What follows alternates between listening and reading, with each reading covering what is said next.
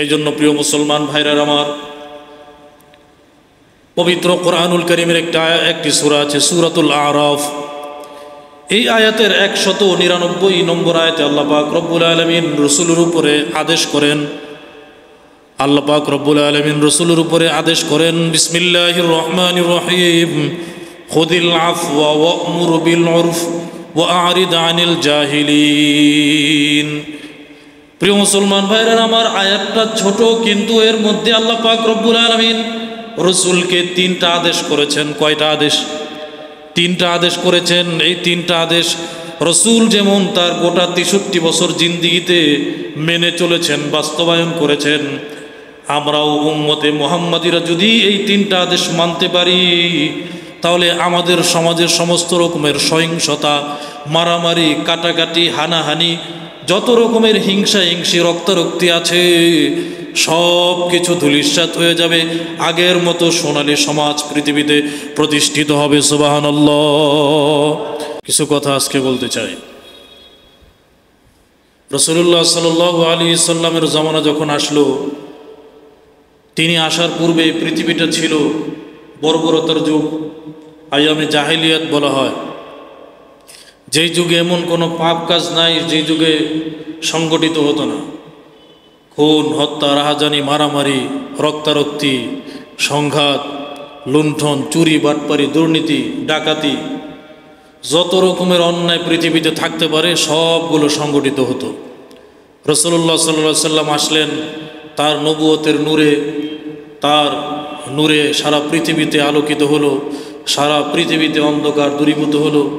রাসূলুল্লাহ সাল্লাল্লাহু আলাইহি সাল্লাম পৃথিবীতে আসার সাথে সাথেই এই পৃথিবীটা একটা সোনালী যুগে রূপান্তরিত হয়েছে। জোরে বলেন সুবহানাল্লাহ। মানুষের জান, মাল, ইজ্জত, আবরু এত পরিমাণ নিরাপত্তা ছিল। হাদিসে আছে যে একজন মহিলা রাতের অন্ধকারে মক্কা থেকে মদিনা, শাম থেকে সিরিয়া, হাজারামাউত পর্যন্ত একা একা নীরবে নিবৃত্তিতে নির্বিঘ্নে যাতায়াত করত। তার দিকে কোনো পরপুরুষ, অন্য কোনো শকুনের থাবা, অন্য কোনো চক্ষু দৃষ্টি তার উপরে নজর পড়তো না। মানুষের মাল রাস্তায় পড়ে থাকতো, দিনের পর দিন পড়ে থাকতো, একটা মানুষ সেই মালটা চুরি করতো না। এরকম একটা সোনালী যুগ রাসূলের আগমনের পরে এমন একটা যুগ চলে এসেছিল। রাসূলুল্লাহ সাল্লাল্লাহু আলাইহি সাল্লামের ইন্তেকাল হয়ে গেল, আবু বকর আসলো। আবু বকরের সময় সেই সোনালী যুগ প্রতিষ্ঠিত ছিল। ওমর আসলো। ওমর আসার সময় তো এমন ছিল যে সমস্ত রকমের ইনসাফ পৃথিবীতে প্রতিষ্ঠিত হয়ে গিয়েছিল। বেইনসাফি বলতে পৃথিবীতে কিছু ছিল না। এমনও শোনা যেত যে বাঘ আর ছাগল একসাথেই পানি পান করত নদীর তীরে, কেউ কারো উপরে জুলুম নির্যাতন করতো না। জুলুম নির্যাতনের নিশানা সারা পৃথিবী থেকে উঠে গিয়েছিল। জোরে বলেন সুবহানাল্লাহ।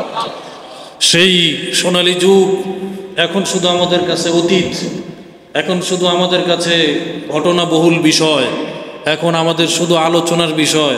কিন্তু সেই সোনালী যুগ 1450 বছর আগের যে সোনালী যুগ ছিল, সেই যুগ পৃথিবীতে বিদায় নিয়েছে। রাসূলুল্লাহ সাল্লাল্লাহু আলাইহি সাল্লামের যে ভবিষ্যৎবাণী হাদিস, যে 70 হিজরির পরে এই পৃথিবীতে এমন অবস্থা সৃষ্টি হবে, এমন বিপর্যয় সৃষ্টি হবে, যেটা আমি নবী আসার আগে যে পরিবেশ ছিল তার চেয়ে আরো কঠিন পরিবেশ সৃষ্টি হবে। আমি আপনাদের কাছে প্রশ্ন করতে চাই, রাসূলের এই ভবিষ্যৎবাণী সত্য হয়েছে না মিথ্যা? এই জন্য রাসূলুল্লাহ সাল্লাল্লাহু আলাইহি সাল্লামকে আল্লাহ পাক রব্বুল আলামিন কোরআন নাজিল করে দিলেন, এবং কোরআনের যত রকমের আদেশ সূচক শব্দ আছে রাসূলের উপর আল্লাহ পাক প্রয়োগ করেছেন, সবগুলো হচ্ছে এই মানব জাতির জন্য পথ নির্দেশক, মানব জাতির জন্য মানা আবশ্যক। কারণ রাসূলুল্লাহ সাল্লাল্লাহু আলাইহি সাল্লাম এই আল্লাহ বলা মানুষগুলোকে, জানোয়ার তুল্য মানুষগুলোকে, প্রাণী তুল্য মানুষগুলোকে শুধু একমাত্র কোরআনের আলোয় আলোকিত করে মানুষে রূপান্তর করেছেন। সুবহানাল্লাহ। এই জন্য রাসূলুল্লাহ সাল্লাল্লাহু আলাইহি সাল্লামকে আল্লাহ পাক রব্বুল আলামিন এক আয়াতে রাসূলকে সুন্দর আখলাক শিক্ষা দিয়েছেন।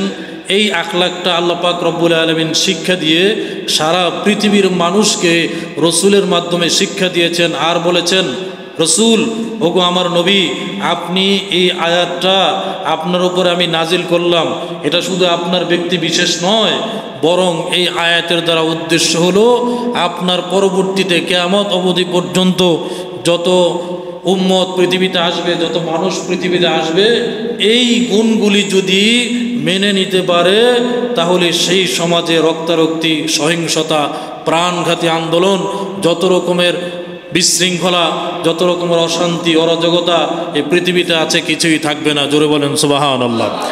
মানায় বেঁচে থাকতে পারতো না, ঠিক না বে ঠিক? রসুল তো কখনো প্রতিশোধের দৃষ্টি কখনো নেন নাই, প্রতিশোধের আগুন তার বুকে ধাউ ধাউ করে জ্বলে নাই। তিনি কখনো কাফেরদের দেয়া কষ্টে জর্জরিত হয়ে আল্লাহর কাছে বদদোয়া করেন নাই। তিনি সব সময় ছিলেন বিনয়ী, তিনি সব সময় ছিলেন ক্ষমাপরায়ণ। এই আদেশটা আল্লাহর পক্ষ থেকে। কার পক্ষ থেকে?